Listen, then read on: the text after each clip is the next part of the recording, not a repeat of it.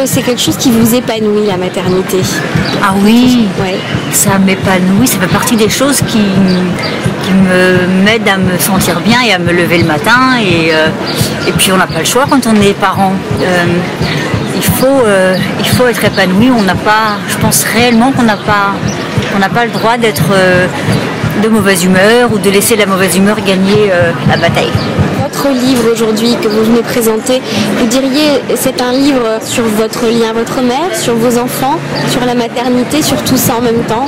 Sur tout ça en même temps, surtout sur la maternité, parce que je savais pas du tout à quel point c'est difficile d'être parent avant de le devenir, et je pensais vraiment que que l'éducation c'était quelque chose d'assez simple.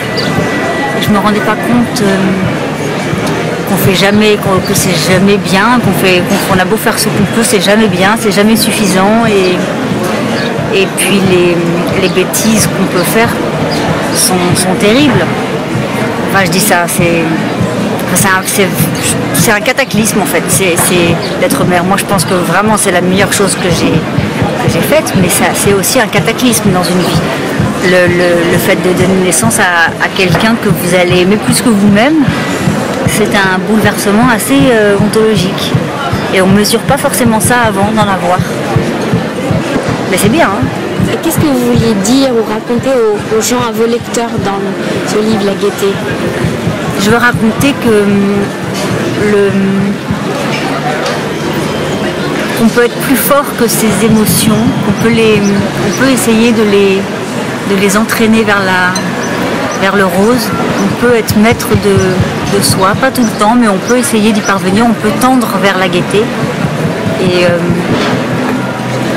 Et voilà, et je veux leur raconter aussi qu'il faut faire attention à ce qu'on transmet sans le vouloir et à ce qui se faufile malgré nous sans qu'on l'ait décidé. Il faut faire attention à ça.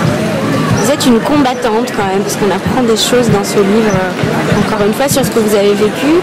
Et justement, avoir la politesse pour vos enfants, pour les autres, d'essayer de surpasser tout ça, de transcender votre vécu. C'est un combat, j'imagine.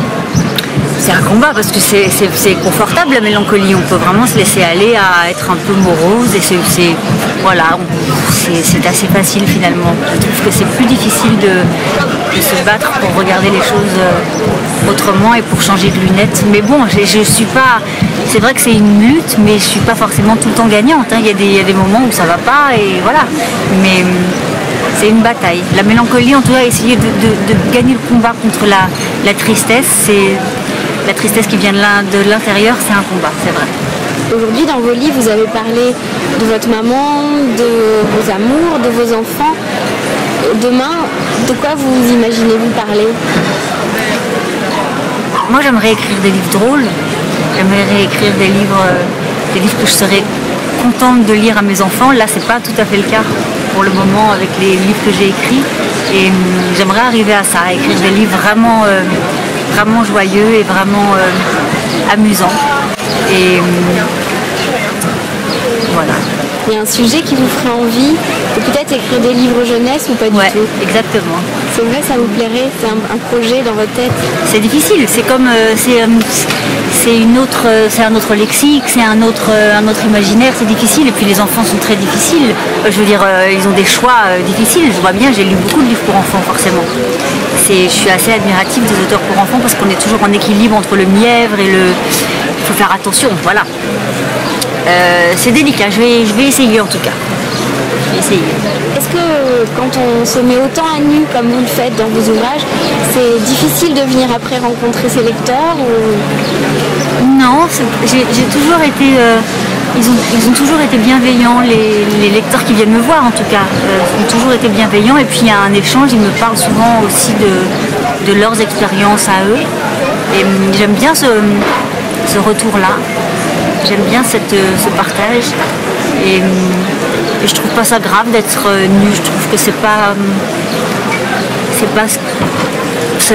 pas ce qui me fait le plus peur d'être nu, c'est pas grave.